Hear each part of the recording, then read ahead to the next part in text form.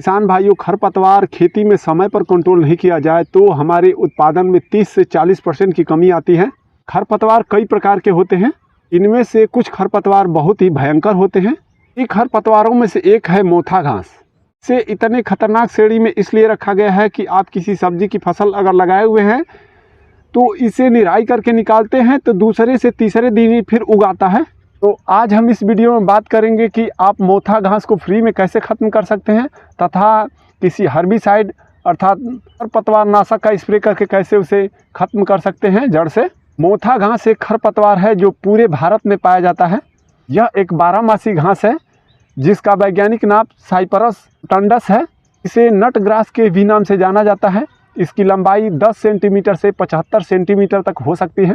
जिन खेतों में गर्मी के सीज़नों में ज़्यादा सिंचाई की जाती है उस खेतों में मोथा घास बहुत ज़्यादा हो जाते हैं, क्योंकि इनका असली सीज़न गर्मी का सीज़न ही है और उस समय ज़्यादा खेतों में नमी रहेगी तो ये बहुत तेज़ी से अपना विकास करते हैं। इसके लिए आपको दिखाते हैं कि देख सकते हैं ये एक ही गांठ है मोथे का, ये गांठ है, इसमें से लते फूटे हुए हैं, देख सकते हैं ये गांठ है इसका। इसमें से देख सकते हैं 1 2 3 इधर है, एक 4 है, इसमें से एक फूटा हुआ 5 है, इधर से फूटे हुए इसमें से 6 और ये 7। ऐसे करके आपको ये घास नमी हमेशा पाएगी तो एक ही में से 100-200 कल्ले हो जाएंगे और तेज़ी से अपना विकास करेगी। अगर आपके खेत में मोथा घास हो जाते हैं तो इसे जल्दी न जाने का रीज़न ये है कि जो इसका गांठ होता है ये नीचे रहता है। ये तो अभी गांठ देख सकते हैं कि 2-3 इंच ही लताओं से नीचे है, जबकि ये 1-1 फीट तक ये गांठ नीचे रहता है। इसका ये मेन जड़ है, इसमें से पनप के और नई गांठें हो जाएंगी।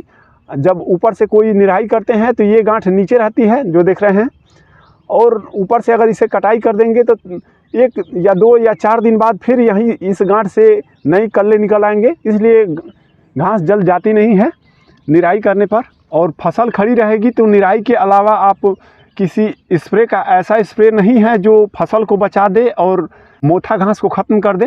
बात करें इसे फ्री में ख़त्म करने की तो आपने अगर गेहूं की फसल या कोई ऐसी फसल लगाई हुई है जो अप्रैल के महीने तक ख़त्म हो जाती है तो आप अप्रैल के महीने में जब टेम्परेचर हाई हो, ज़्यादा हो दिख रहा हो आपको, तो उस समय आप तोता हल या पलटू हल से खेत की गहरी जुताई करा दें, जिससे जो आपकी ये गांठ दिख रही है मोथे की वो बाहर निकल आए और धूप लगे, उस पर धूप लगेगी तो ये गांठें मर जाएंगी और नए कल्ले नहीं निकलेंगे मोथा के।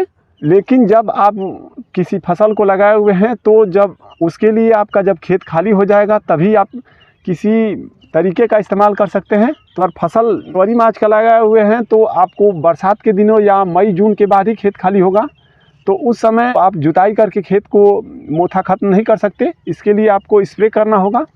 इसके लिए आप स्प्रे से 2 दिन पहले खेत की अच्छी तरह सिंचाई कर दें। सिंचाई करने के 1-2 दिन बाद अच्छी नमी पर ग्लाइफोसेट 71% सी फार्म में आता है, उसे आप प्रति टंकी 100 ग्राम प्लस 200 ग्राम यूरिया और 10 ग्राम उसमें चिपकू मिला दें, जिससे अच्छी तरह मोथे घास पर दवा चिपक जाए। 1 एकड़ की बात करें तो आप 1 kg मीरा 71 जिसे ग्लाइफोसेट बताया, ये मीरा 71 के अलावा आप किसी भी ब्रांड का ले सकते हैं। ग्लाइफोसेट 71% SC फार्म में, प्लस में 1.5 से 2 किलो यूरिया और 100 ml स्टिकर को मिलाकर आपको 150 लीटर पानी में मिलाकर 1 एकड़ में स्प्रे करें। यह एक सिस्टमेटिक हर्बिसाइड है। जब आप मोथा घास पर इसे स्प्रे करेंगे तो ये इसके पत्तों पर पड़ेगी और पूरे इसके जड़ों तक फैल जाएगी। इसे जड़ों तक फैलने में 3 से 4 घंटे लगेंगे। तो आप इस बात का ध्यान दें छिड़काव से पहले कि 3-4 घंटे तक बारिश ना हो, मौसम खुला हो, उस समय इस दवा का स्प्रे करें। ये दवा इस प्रकार काम करती है कि इसमें जब इस दवा का स्प्रे कर देंगे तो पूरे पौधे में फैल जाएगी और पौधे में बनने वाले एंजाइम को रोक देगी, जिससे पौधा अपना प्रोटीन नहीं बना पाएगा और अंततः भोजन न मिलने के कारण वो पौधा सूख जाएगा। स्प्रे करने से पहले कुछ सावधानियों का ध्यान देना होगा आपको कि आपके खेत में कोई फसल ना लगी हो, क्योंकि ये दवा कोई भी फसल रहेगी उसे भी साथ में ख़त्म कर देगा। तथा खेत में 45 दिनों तक किसी भी फसल की रुपाई ना करें और 45 दिनों तक खेत में अच्छी नमी बनाए रखें।